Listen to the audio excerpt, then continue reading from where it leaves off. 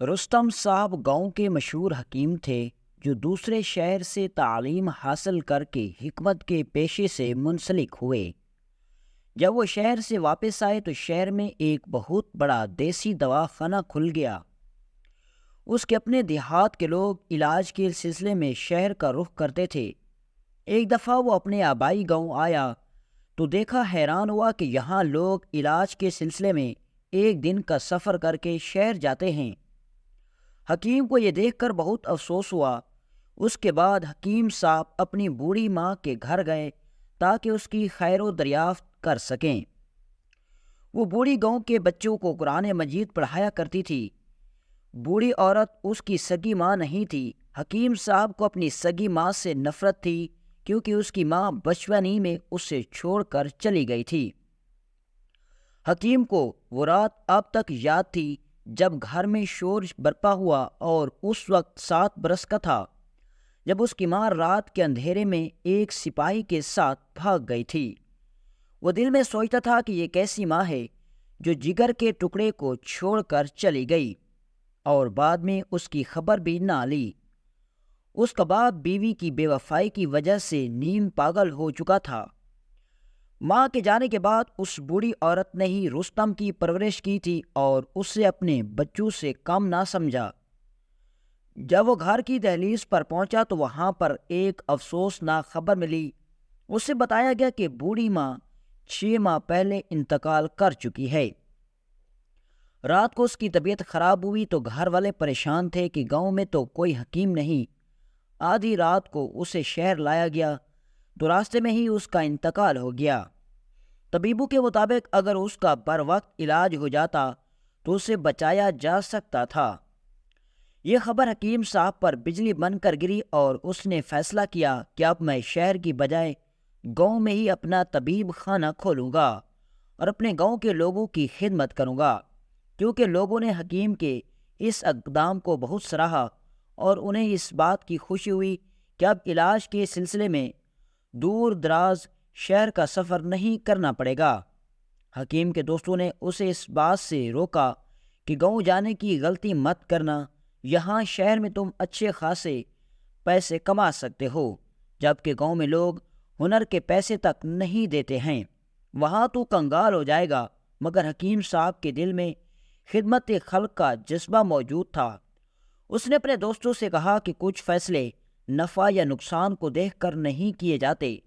صبح سے لے کر شام تک اس کا دواخانہ کھلا رہتا، غریب لوگوں کا مفت علاج کرتے اور ان سے کسی قسم کی رقم نہیں لیتے تھے۔ کچھ عرصے بعد حکیم کے دواخانے میں بشرا نامی ایک لڑکی آئی اور پیٹ میں درد کی شکایت کی۔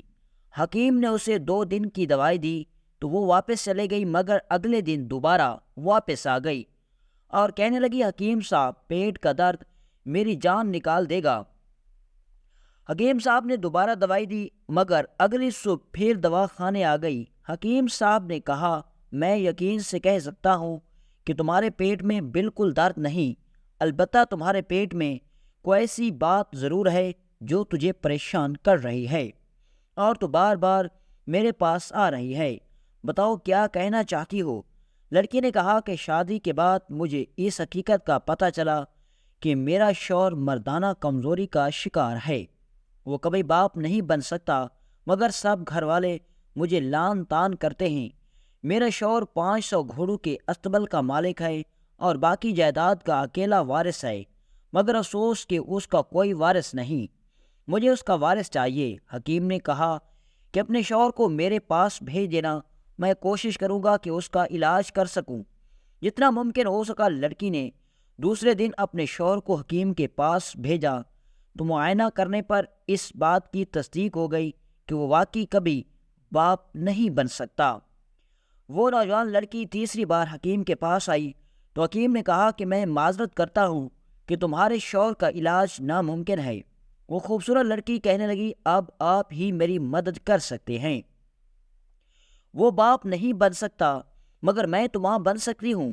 یہ سن کر حکیم ششدر رہ گیا، اس نے صاف صاف انکار کر دیا، مگر اس لڑکی نے دھمکی دی کہ میں کل دوبارہ آؤں گی، اگر آپ نے میری بات پر عمل نہ کیا تو آپ کو بدنام کر دوں گی۔ اگلی صبح لڑکی اب پھر حکیم کے پاس آئی تو حکیم نے ایک مرتبہ پھر انکار کر دیا۔ یہ سن کر اس نے اپنے کپڑے پھاڑ دیے اور چلانے لگی، بچاؤ میری عزت بچا لو۔ چیخ و پکار سن کر لوگ طبیب خانے جمع ہوئے تو لڑکی نے روتے ہوئے کہا اور سب کو بتایا کہ اس حکیم نے میری عزت لوٹ لی۔ میں تو بخار کی دوائی لینے آئی تھی مگر اس نے مجھے نیم بے ہوشی کی دوا دے کر داغدار کر ڈالا۔ حکیم چلاتا رہا کہ یہ عورت مجھ پر بہتان لگا رہی ہے، مگر جب انہوں نے عورت کے پھٹے ہوئے کپڑے دیکھے تو حکیم کو پکڑ کر قبیلے کے سردار کے پاس لے گئے۔ قبیلے کی برادری سے یہ فیصلہ ہوا کہ حکیم کو سنسار کر کے مار دیا جائے۔